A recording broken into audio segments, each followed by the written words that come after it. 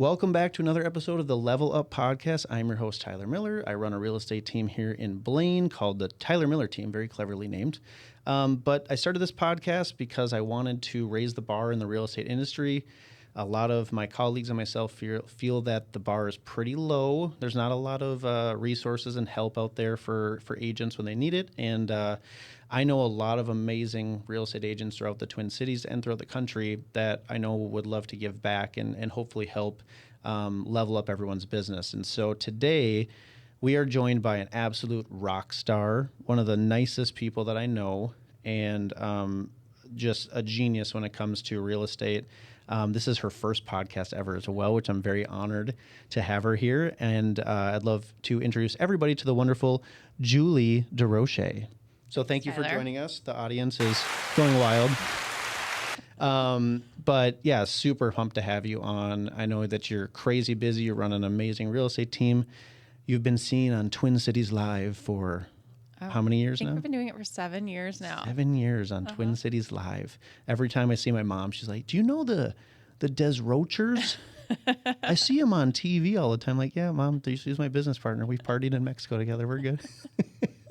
But yeah, like so many people know you guys, and just again, honored to have you on. So thank you for joining. Very excited to be here. You have so much knowledge to give. There's no way we're going to cover it all in a quick hour here, but I'm hoping that you can give a few people out there listening just a couple little tips. And so really quick before we get into that, let's start with just like, who's Julie Desrochers? Like, tell us about how you got in the industry, maybe anything about your personal life that's important, and then just maybe share some accolades, numbers, that type of stuff, so that people know who they're really listening to here. Okay. Yeah. Well, start with how I got into the industry.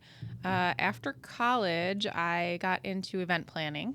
I thought I wanted to be an event planner. I love entertaining and hosting parties and doing all that stuff. So I worked for a small startup and realized I did not like throwing parties for other people that you don't know. And it was a lot of weddings and dealing with mothers of the brides. They're just the worst.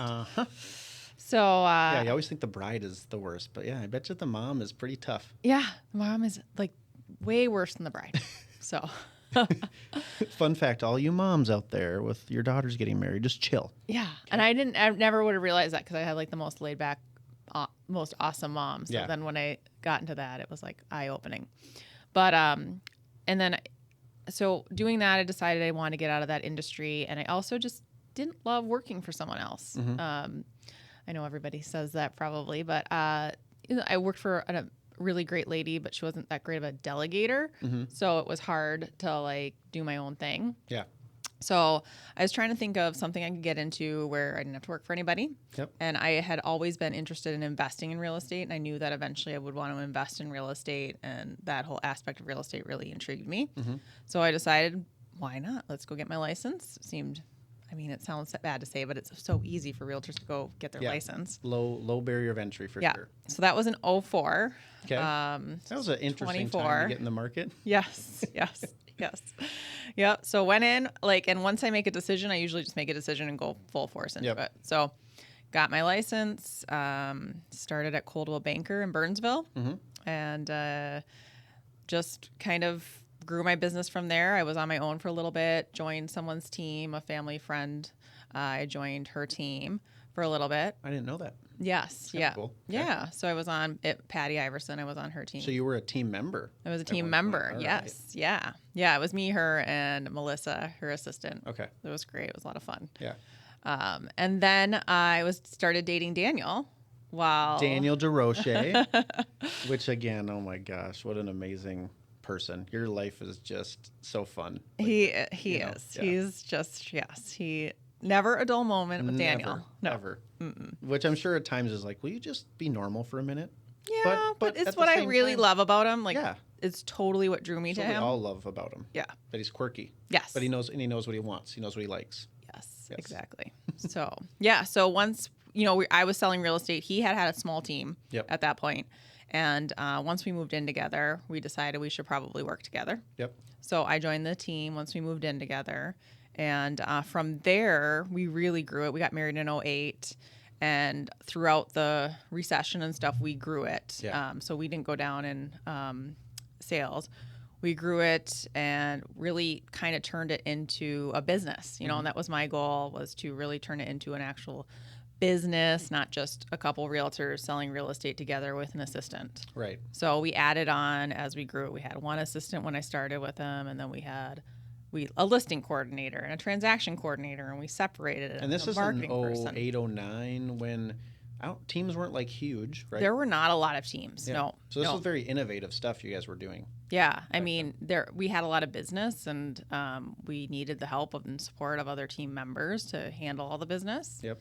And we needed the support of, we realized, and which, you know, I think a lot of people make that mistake initially. They just don't hire someone to do the stuff that you shouldn't be doing. Right. You know, our goal is to be out in front of people. Yep.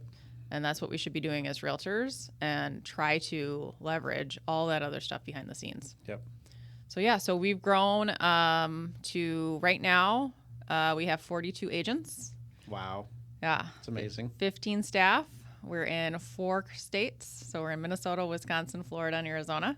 And trying to grow Florida and Arizona a lot right now. And yeah, it's just kind of grew farther than I ever would have imagined when I first got into it. Yeah.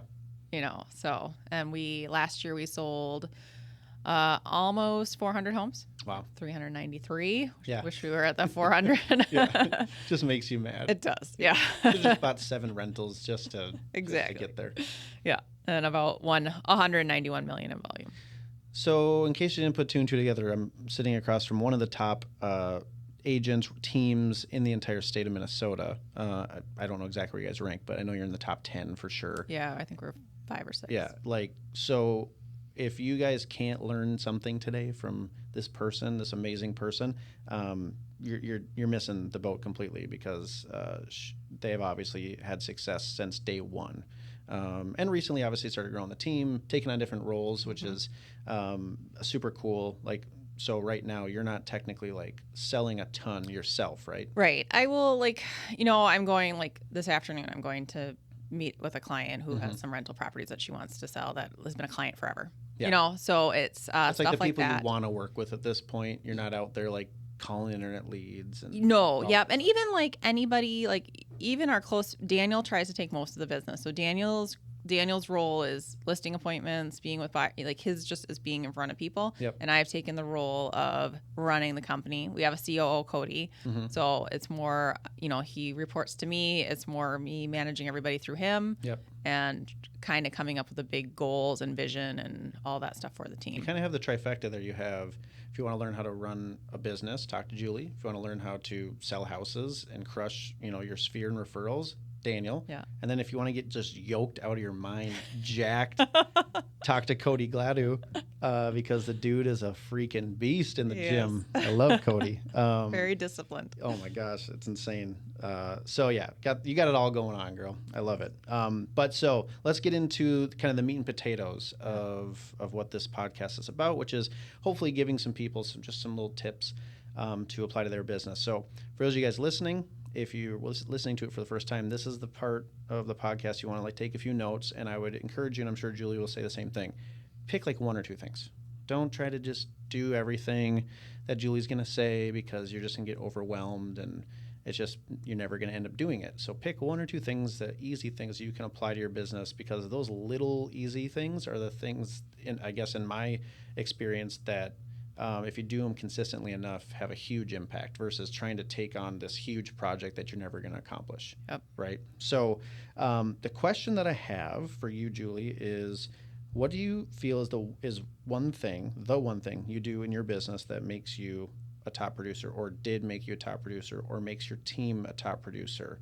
And then just let's go deep into that. Yeah. I think it would be our client experience. So the process is really important to us.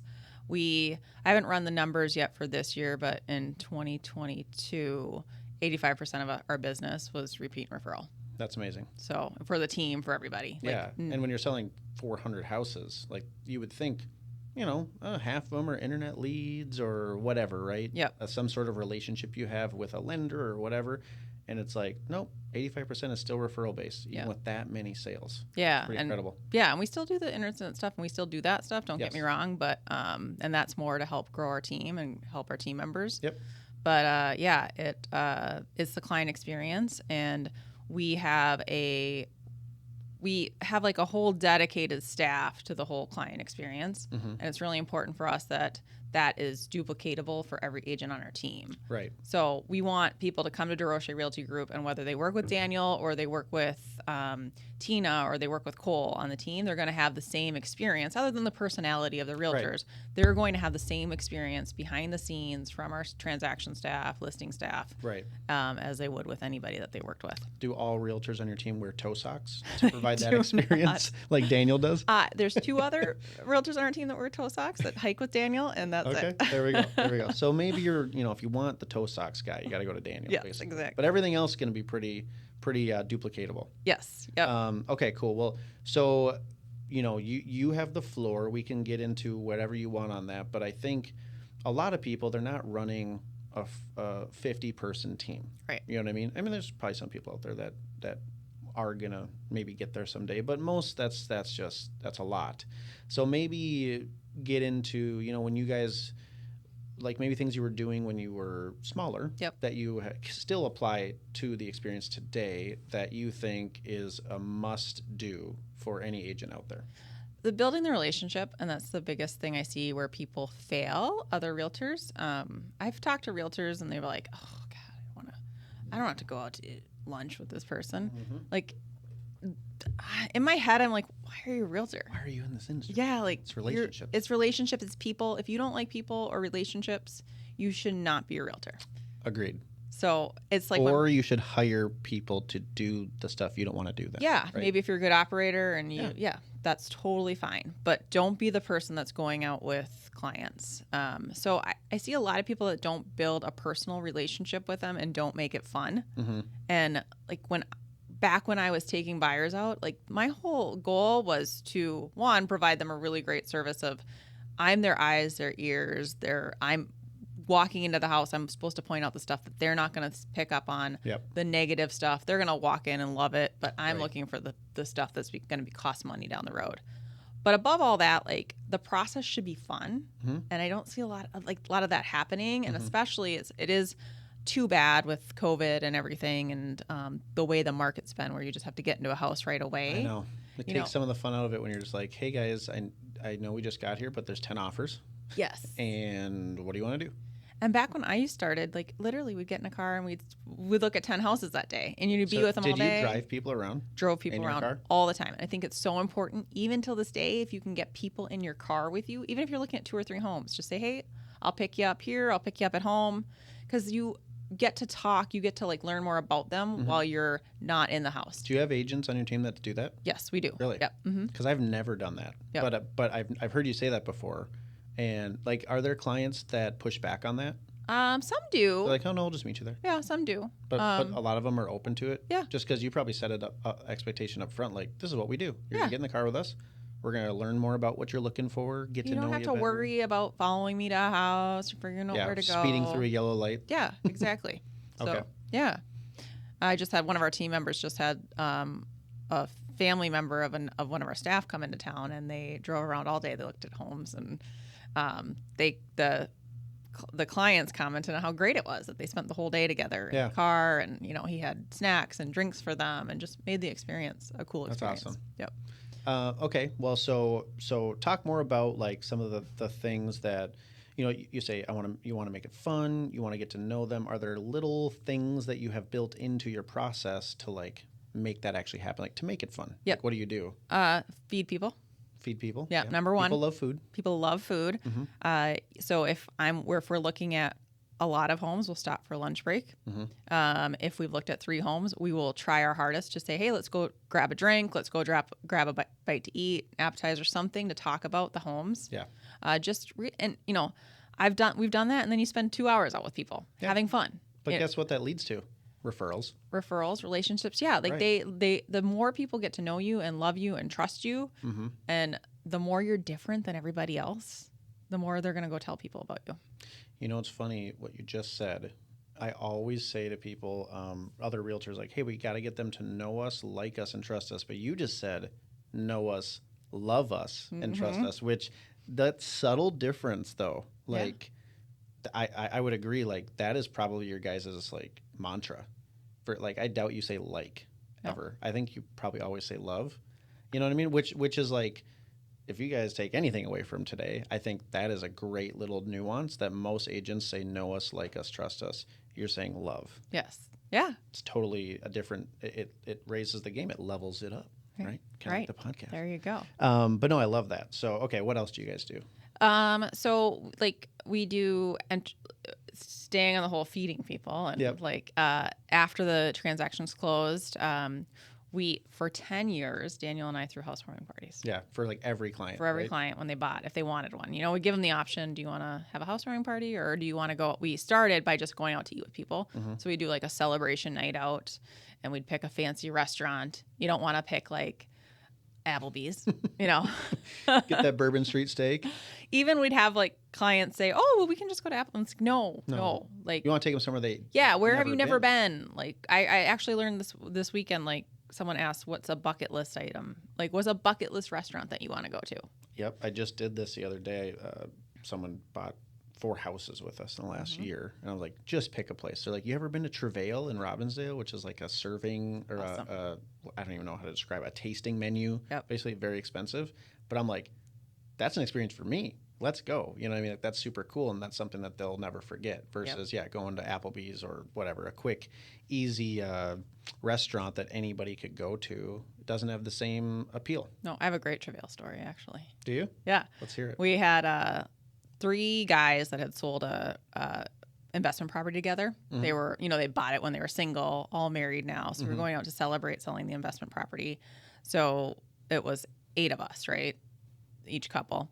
And 2 of the couples canceled like the day of. Oh, no. They both had issues with kids and stuff and couldn't make it. So the clients call us and say, do you want to just cancel, reschedule? And we're like, no, we're still going. And you have to buy tickets to Travail. Yes. So we already had the tickets ahead of time. So we're like, so he's like, oh, well, you guys can invite some people, and we're like, no, why don't you invite people? So they invited 4 of their, 2 other couples with them. We had an awesome night. Yeah. So much fun. Lots of tequila. Lots of tequila. Well, that's when they used to do the boot. I don't know. They used to do a boot of beer, and you would order a boot of beer, and then you'd take the first sips of it, and then it would get passed around the restaurant. Nice. Yeah. This is before COVID. This is before COVID. This is actually the origin of COVID. Exactly. The boot at Travail. The boot at Travail. It wasn't Wuhan. Ding Travail. But no, so ended up, we had a great night, and guess what happened? I wonder. Those other 2 couples eventually did a lot of business with us as well over the years. Yep. I think anytime you can have a life experience with somebody, that just like deepens that relationship beyond anything else you can really do. Like, no matter how many marketing emails you send or how many times they see you on social media or any of this stuff, if they remember, well, I got to go to Travail with Julie and Dan. Yep. It's done.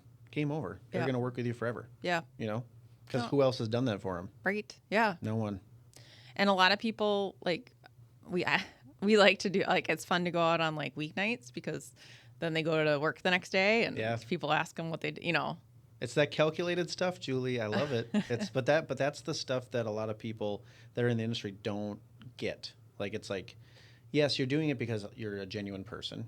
You want to have fun with these people. Like, you love it. It's what you live for. But there's also like some calculation behind some of it, right? Absolutely. Like, you have to. It's a business, so don't be ashamed to like, I'm going to do this on a weekday so that they talk about it at work. Like, yeah, that's smart. That's not selfish. That's not, you know what I mean? No, and you have to like, I always think like, how would I want it to be if I went out? We always order a bunch of appetizers and desserts, and we make it like really, like, we're not just going out and you're ordering your one entree and that's it. Yeah. Because that's how when we go out, me and Daniel, that's what we do. Yep. So we want it to be special, and we want it to be over the top for people, and because that's just fun, and it's fun for us. Like, I don't know, like, I love what we do. Yeah. And again, maybe if you don't love people, that it wouldn't be, but like, why not make what you do so much fun? Totally. If I could choose how to spend my evenings, it would be out with our clients at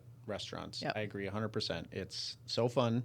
I just did it last night. I took a team member out. Yep. But like it was a blast. Like it's just and they don't get to do it that often. You know? Exactly. Usually that's the thing. Like if you're a top producing agent, you're usually able to go to some nice things every now and then where other people don't ever get to do that stuff. Mm-hmm. And so it's funny, at the gift of the shift, Brady, my team member, came and he got to meet you guys for the first time. But you talked a little bit about this, and then we were discussing it after. He's like, I think I'm going to take my client out to like Baltimore, like a nice steak dinner, because they haven't had a nice meal in 3 years. Yeah. You know, and I'm like, absolutely you should. Like that's exactly the right play versus a closing gift or something. Like just take them out.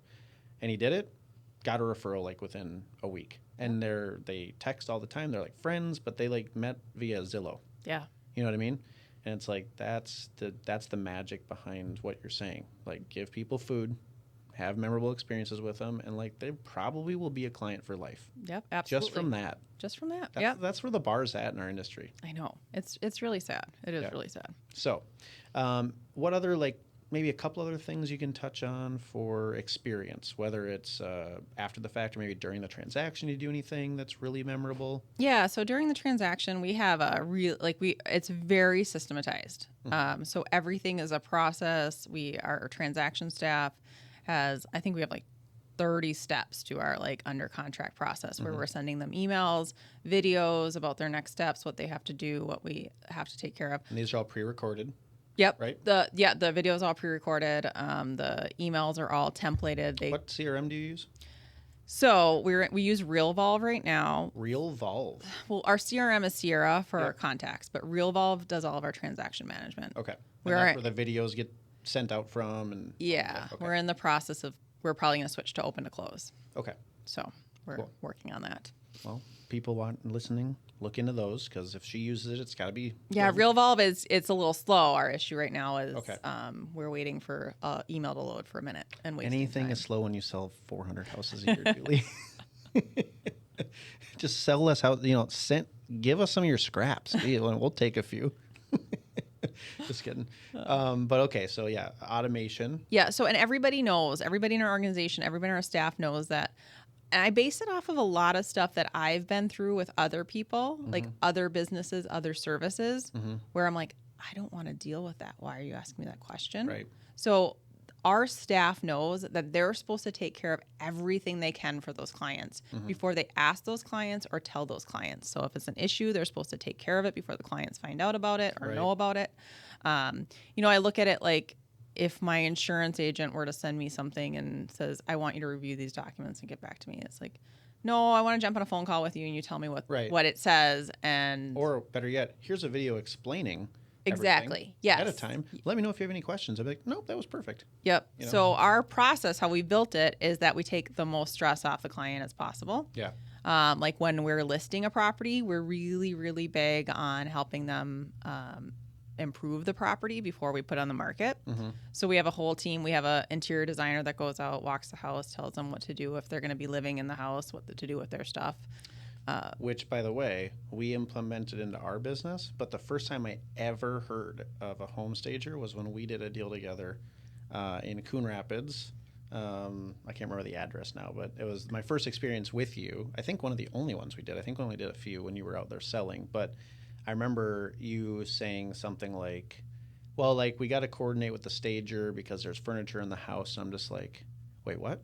Yeah. Like I hadn't been exposed to that before, you know what I mean?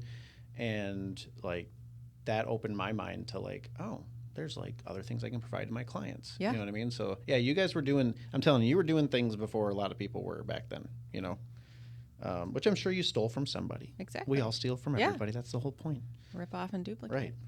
Right. Okay. What else? Any other we're talking about automation. We just implemented this. We've been doing it probably for about 2 or 3 months now. But it's for during the process. We do a lot of stuff after the process, after we close. But for during the process, it's called a surprise and delight campaign that we're doing. And our listing staff or our transaction staff, we really want them to also build a relationship with the client. Yeah. So their goal is to also build a relationship with the client, get to know them, get to learn about them. And at some point throughout, so for everybody, for our transactions, the team transactions, they're supposed to gift them something throughout the transaction before it like closes, like because we do stuff after closing. But this is at some point throughout the transaction that would be like a wow moment for them. It's little tiny, like, so people are like, oh, I can't keep on, like, I know a lot of people out there, it's expenses are tight, it's hard. We do $25 per, like, a file. Yep. And they have to come up with, but their goal, like, they're supposed to come up with something that is like meaningful to that person. So it's not like a $25 Starbucks card. They can't do that. Yep. They have to like think of something outside the box, you know. So like one the other day, Erica sent the clients, she knows that they love drinking wine. So she sent them like 2 really cool wine glasses, you know, at a certain point in the transaction where she knew like it was like we had passed a milestone on something. We'd passed the appraisal or that kind of thing. That's awesome. What do you mind sharing like the company you use for any of that? We're doing it. You're doing it. So like you go pick it out at like the store and then box it up. Yeah, we usually, it's something we can order online. We do a lot of Etsy stuff. Etsy. Okay. So, so a lot the staff's on there. They're picking stuff out. Like we did a little like we had siblings that were selling their parents' house. They did a little like we sent the picture of the property in, and they did little like cards that had the the property drawn on it and stuff. So how do they find out about this stuff if they're just the staff? Like that's because they're in contact with the clients a lot. So and they just like have a conversation, like start talking. Yes. Hey, so how's your day? And they just say a few things, right? Yep. Okay. We want them to dig deep on like, and then we do have them fill out a form when they first come as a client. So they're filling out a form about, all their personal info, their hobbies. We ask what restaurants they love, what sports teams they like. What are their kids' names? Do they have any pets? So we're trying to find out as much information about them as possible. We code all that into our CRM, so they get tags for everything. Oh, okay. So if someone loves the Vikings, in our CRM, everybody that put down they love the Vikings, there's a Vikings tab. Yes. And then we could pull, like if I had Vikings tickets, then I could pull from our CRM everybody that had said Vikings, and then it's an opportunity to call some of them up and say, hey, we have tickets. Do you want to go with us? That's amazing. Yeah. Am I on that list? Because I should be. I'll put you on there with the Vikings lover. Okay. And one other thing I'll touch on that I think you guys do really, really well, especially like Daniel, and I'm sure the rest of your team members do this, but like every week Daniel sends a video, like an actual real video update on the file, or just like saying hi. It's not like an automated thing, and he's using BombBomb, I think, right? Yep. But like that is for how busy Daniel is. He sells how many houses a year roughly? Oh my gosh. 150? Maybe. Yeah, like last year he sold 80 million in volume. Okay. So he's busy, right? And then he's doing all this other stuff with you, the TV show, all this stuff, right? Yep. Wearing toad socks is just crazy. But anyways, he does not have a lot of time. No. But he still makes time to do this. On my birthday, you guys sent me a quick video. You were out to eat. And it's not, and that's the thing I want to get across to people. Like, it doesn't have to be this professional video in a podcast studio with a cool background. Like, you guys were at a restaurant. You're just like, hey, just wanted to wish you happy birthday. Have a great day. Like, that was cool. If I am a client, I'm like, that is awesome, because being in our industry, we know a lot of people. You know how many people sent me a video text that day? Like 3. Mm-hmm. Yeah. You know what I mean? Yep. Daniel was one of them. And in our industry, everybody's telling people to do video. Mm-hmm. Nobody's still doing it. Nobody's doing it because it takes time, and it takes like, I have to get on camera and all that stuff. And it's like, it doesn't have to be perfect, guys. Like, just stop worrying about it and just do it, because it's better than like what 99% of everyone else is actually doing. Absolutely. And that includes not even in real estate, just in life. Like, people don't genuinely take time to like say hi to people. You know what I mean? So I think that's another little thing for your experience. I would guess maybe you were going to touch on is like just the updated weekly videos. Yep, and they know when they're going to get it, and we send, it's a video that's a rundown of everything we sell. Send it to listings, buyers, anybody that's in transaction with us. But on the listings ones, it's sent out with a link to their Zillow, like what they're getting for our online views on Zillow, Realtor.com, all the different websites.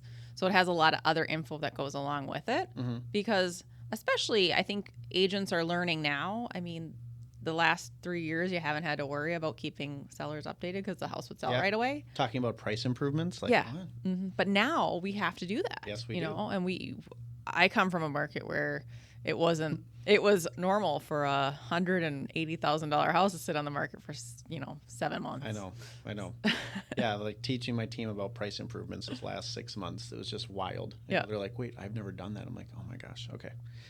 So yeah, things are changing, and those weekly updates and all the things you guys do obviously keeps the referral machine churning. And it's good too. Like if you need to talk about to seller about a price reduction, you can send the video, get all the info out there on why you think the price reduction should happen, and then they get to watch it, they get to internalize it, they get to think about it before they respond back to you. I say that all the time. It's like I send like a video via email with a bunch of explanation data, but I like doing that because they need to listen first. They can't just be waiting to interrupt you and be like, well, hold on, I'm not reducing the price. Yep. And it's like, well, okay, that's fine. Let's talk about it, but listen to this first. Yeah. Right? Because then they actually have the factual information to make an educated decision. Yep. Not an emotional one. Yep. So, yeah, I love that. You have a great detailed email that you update your Mine's clients almost with. too detailed to explain to my team members sometimes, but it's like you're asking people to give away money in their mind, right? Mm-hmm. So it's like, I don't know. I just always want to be really ultra prepared. Yeah. But okay, and we only have a little bit of time left, so I want to make sure I get to some other stuff. But any last little piece with your experience that we didn't cover you want to hit on? Just the keeping, we do a lot of events, so just really keeping in touch with clients. Yep. We have people that have come to our events that haven't even done anything with us in 20 years, but they're still coming. And I know when they will do something, it's just a way to keep in relationship with people. Mm-hmm. The bigger you grow, the harder it is to do with everybody. Mm-hmm. So we do 4 events a year, looking to do even more as we grow and as time goes on. But they're just really, really important to us. And every quarter we have an event, so we're seeing people. Talk to the agents out there, including myself, that don't have a ton of success getting people to show up for events. Like I routinely have a good turnout for a movie theater event that we do. Yep. That's always a fun one. Lots of people come to that. But other events that we've tried, they don't seem to get a ton of turnout sometimes. Is there something specifically that you've figured out that gets people to show up? So, we do a lot of, they get a mailed invite. For every event. Mailed invite. So they get it still. I still think snail mail is so important because again, a lot of people aren't doing it. Yeah. So they get a mailed invite in the mail. They get an email invite as well. Mm-hmm. And do you then a text invite at all? We have and we haven't sometimes. We did one and then our CRM wasn't allowing us to do one, and so we've done them. We do multiple reminders all the way up to the event. How far in advance do you invite people? We would love to try to get out 2 months in advance. 2 months. Sometimes that doesn't happen, but 2 months that it's a first invite, and then it's every 2 weeks from then we're doing updates, and then we're always doing right now we did our final last call. We have our fall event coming up in a couple weekends. Mm-hmm. Last call to RSVP. So, and then documenting a lot of it, we do a lot of documenting of it and sharing it on social. Yep. So maybe that if they missed out on it, you want to create that I want to go to the next event that looks so cool. Is it just on social, or do you end up sending that video out to everybody saying, hey, thanks for coming? I don't know that we've done that, but that's a good idea. We should send the video out to everybody. Yeah, make me even more jealous that they weren't there. Exactly. Yeah. You missed out because FOMO, fear of missing out, is a big deal for a lot of people. And calling them. So sometimes if we have the time, we'll do a team calling event, staff calling event to call and invite people and say, hey, did you get the invite? Yeah. And that's if you have a smaller database, that's a really great way Easy to just touch base with people. Yeah. And I also say don't get too bent out of shape about the people that don't come. Because they saw it. They saw your invite as a touch point with them. Yep. They don't know if you had 10 people there or 400 people there. Right. So. No, I agree 100%. It's the easiest touch point. Yep. So, cool. Well, really quick, I want you to touch on this one because I think this is just a cool thing for people to just put in the back of their minds to someday when they're a badass be able to do this. But talk about your number one hack or routine or just something in your personal life that has made the biggest difference for maybe just your life in general or how you can juggle so many things at once. What is that for you? Well, it's leverage, and we use a lot of leverage in our business. And I think as you grow in your business world, you realize that the only way to grow is through leverage, but you really need it in your personal life. Yep. So we have like a house assistant. Yep. You have a house nanny, management. A nanny for Daniel. Daniel calls it my nanny. I'm like, I don't have a nanny, but yeah. But like taking care of all that stuff that, and stuff like, I don't mind doing laundry. Actually, sometimes I find it, relaxing. Yeah. But it is not the best use of my time when I look at my hourly rate of what I should be doing. So I would rather be working or spending time with my friends and family. Well, this is how you can go out for dinner 4 nights a week, maybe 5 with your clients, is because you have the leverage at home. Yes. Yep. So just think of anything you can leverage that way. So, I mean, the house manager does our laundry, does our cleans up. Like we do a lot of entertaining at our house. So I'll maybe do some of the dishes before I go to bed, but she'll come in and pick all the rest of the stuff up, pick everything up. We have a house cleaner that comes every 2 weeks, but that's not helpful for when you have people over for dinner. She goes through our mail. She pays our bills. She runs our errands. She organizes our life. Yeah. Organizes the pantry, organizes everything. Yeah. So taking care of all that stuff so you don't have to stress out about it and you can focus on other things. And I don't need you to share how much this person gets paid, but I'm guessing when you look at the amount of money that it's creating for you, it's a no-brainer. No-brainer. Yeah. Absolutely. Yep. Yeah, I agree. And I get it. I've talked to people and they're like, well, I really like mowing my lawn, And I know. I hear that too. Yeah, I get that. But do you like mowing your lawn more than hanging out with your kids? That's why I stopped mowing my lawn, was that exact thing. I'm like, I'm really good at mowing the lawn. Yeah. I like a nice looking yard, but I also like seeing my kids way more than I like mowing the lawn. Yep. And with our industry, you can't waste time on things that someone else could do. Nope. You just can't. Yep. If you want to be a top producer. If you just want to sell 15, 20 houses a year, I think you could juggle everything if you really want to. Yeah. But the people that want to get to that level, you just got to start behaving that way, in my opinion. Okay. So we're going to get into a quick lightning round. Okay. So first off, anybody that's been listening till now, everything that Julie just said was absolutely a home run. And I think Julie would echo what I'm about to say. If you ever have questions, if you want help with that type of stuff, we're always here to offer a helping hand. Don't feel like you can't reach out. I know some of my team members are like, can I actually message Julie? Can I talk to Daniel? I'm like, yeah, they're just people. Yeah. Then they're fun, nice people. But I know it's kind of intimidating sometimes if you don't know Julie or myself. We're here to help. We really will. We don't respond immediately, but we'll get to you, and would be happy to clue you in on a couple little things, share our processes with you, whatever. So, is that true? Absolutely. Okay. Yep. All right. So, quick lightning round: overrated, underrated. These are in relation to the real estate world. Okay. So, just give a quick answer, and then maybe if you want to give a quick explanation, you can, or it could just be quick: overrated, underrated. Okay. But I think a lot of people just in the industry get really wrapped up into a bunch of things, or maybe have different viewpoints of certain things. And it's let's just see what a top producer would say about this stuff. Is this really important or not? Yep. So first one I wrote down was investment properties in general for you. Underrated. Underrated. Yes. And why? I just think it's one of the easiest ways to build wealth. Yeah. It's a great exit strategy, right? Yep. If your brokerage doesn't support a certain business model where you do have an exit strategy, it's really the only one. And how can you advise your clients on buying investment properties if you don't do it yourself? Right. Yeah, I 100% agree. Listing presentations. Underrated. Underrated. Okay. Oh, yeah. I think a listing presentation is so important. It's probably one of the things that we have the most dialed in our business. Mm-hmm.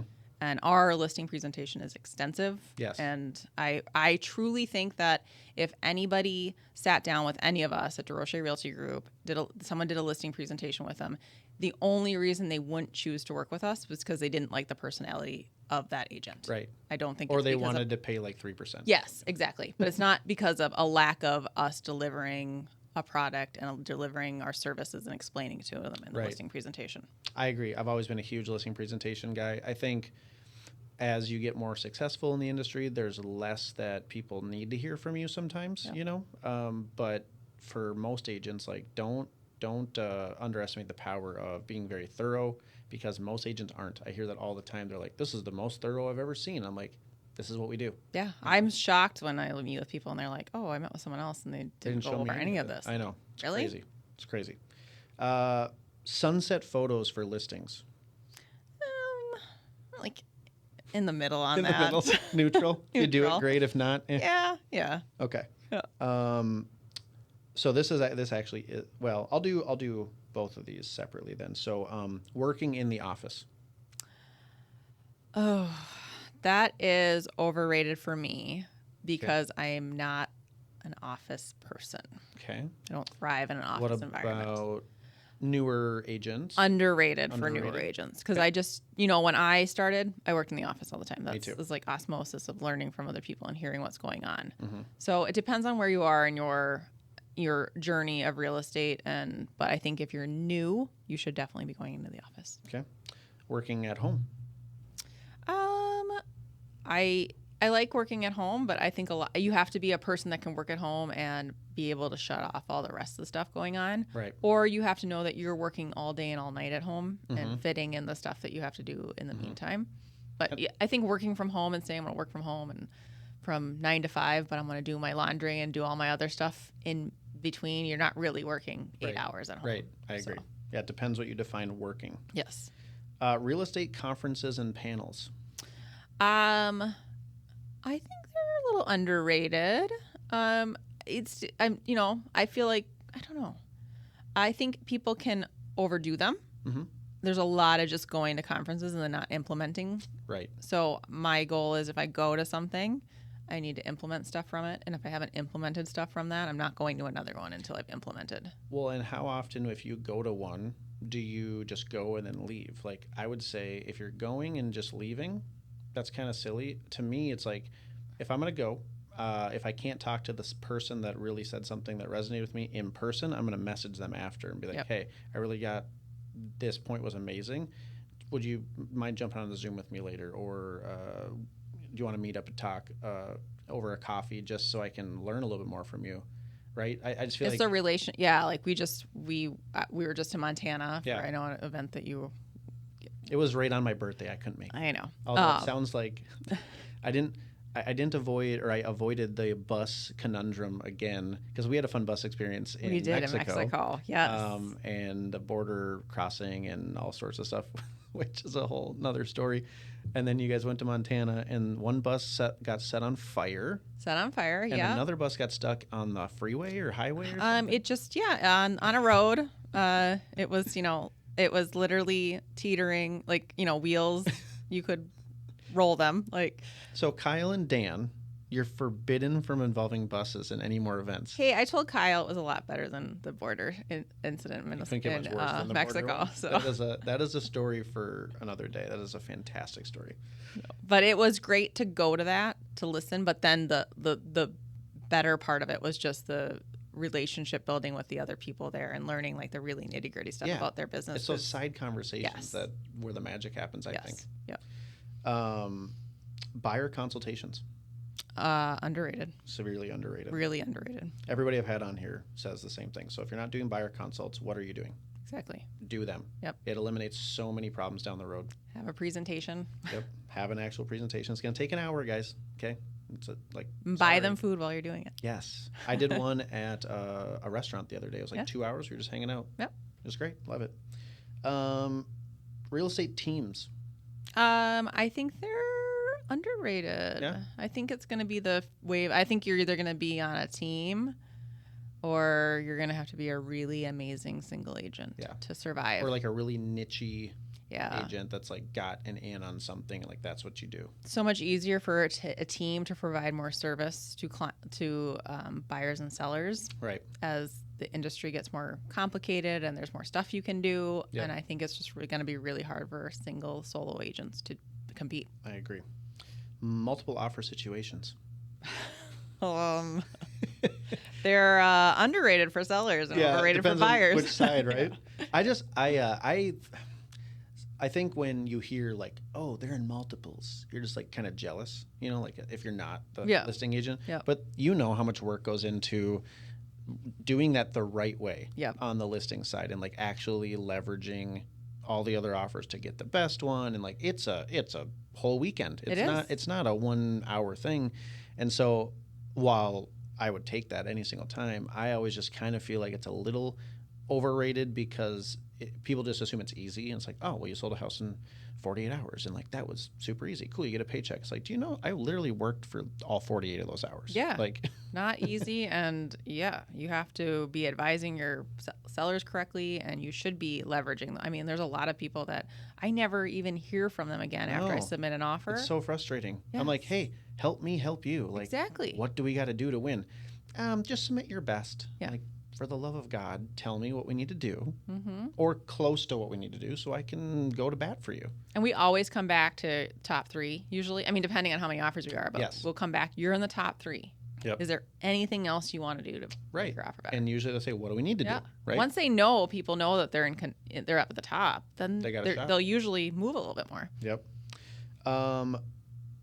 Where an agent hangs their license, like the brokerage of choice, is it overrated or underrated? Underrated. Think so? Yeah. Okay. Very important. So here's my take. I just feel like, okay, Julie D, right? You go to any brokerage, pick one. Yep. I feel like you'd be successful. Yep. So that's why I feel like it's maybe slightly overrated. I think the right brokerage can enhance your business, but if you're going to be a top producer, if you're going to win, I think you could probably do it anywhere. Am I wrong? I just feel like it's the people you surround yourself with. Yeah. So, we made a brokerage change, and it did really impact our business because it changed who we surrounded ourselves with, and we were able to grow way quicker than we would have been, I think, without being at the new brokerage that we were at. I agree 100%. The right brokerage enhances things a lot quicker. Yep. I just don't want people to think like, well, if I'm at this brokerage, I can't be successful. Like, no, it's not going you. to. It's yes, it's on absolutely. Your brokerage, I don't want to say doesn't do a whole lot, but it's just a place to hang your license, and it's on you to take advantage of the opportunities there. But there are other brokerages that have more opportunities to do different things, right? Would that be fair? Yep. Well, which leads me to the next one I wrote down: eXp Realty, overrated or underrated? Underrated. Underrated. So underrated. Full disclosure, we are business partners at eXp Realty. So by no means is this a sales pitch, but give me one reason why you feel it's underrated that people may not know. I just think a lot of people are spinning their wheels out there, trying to grow, trying to get, especially now with the market and how challenging it's becoming and going to become. Mm-hmm. And they can, if they join eXp and they join the right group, they can learn so much. Like, there's just a lot of, like, when we made the transaction, we were kind of plateaued and we were trying to get to the next level. Mm-hmm. And within the 3 weeks of me trying to figure out if we should go to eXp or not, and we were meeting with Kyle and Dan. Yep. We were talking about earlier. I learned more about what we could do to grow than I had at our previous brokerage. That first contact with this group is just like, my mind explodes. And it was like giving, here's our playbook for this. Yeah. Here is what we did. Here's all the mistakes we made. Here's what, like, don't make these, don't do this. It's like, it's just a fast track. So much faster. Getting where you need to go. If you are a growth mindset and you want to plug in. Yep. Now, if that's not who you are as a realtor, maybe it's not the right place for you. Yeah. But I think most people, whether it's growing their team, growing whatever, just growing in units. Growing individual, growing as a person. There's something for everyone, and that's why it's awesome. But like, oh my gosh, I was thinking of an example while you were talking, and now I'm drawing a blank. But I made a post the other day, and it kind of, I just turned 37. To me, I'm like getting close to 40. I was reflecting a little bit, and I was sitting there, and I was like thinking about where my life was even like a couple years back, and I'm just like, I think a lot of people on the outside looking in are like, oh, Tyler has been super successful in real estate. And it's like, well, I've been successful in production and lots of stuff like that, but it's a lonely business. It's very, you got to self-start every day. You get kicked in and just kicked down and you lose some days. Like, it just happens. And so I made a post, and it was, I'm proud to say that I'm in business with, I think at the time it was like 77 real estate agents that were all tied together through an incentive program through our brokerage that like we are affecting each other's lives financially. Yep. Okay. Just on the base level, way more than financially, but on the base level, there's something happening between all 77 of those people that all kind of help each other grow financially.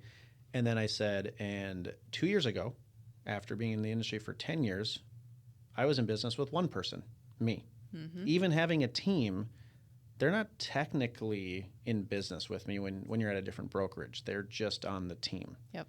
And so like that's the biggest eye opener to me is like, oh, I don't have to do this by myself. Like there's another way. No. So yeah. Love it. Couple more. I know you got to run. Days off. Overrated, underrated? I think they're underrated. I think people need to take days off to, recoup and some agents are like recharge. Overrated. Don't need a day off. So I think you'll burn out. I mean, I don't think it's ever like I'll always take a call and stuff. Like I'm not like turning my phone off on a day off. Yeah. But to have a day without appointments so you can recharge, I think is very important.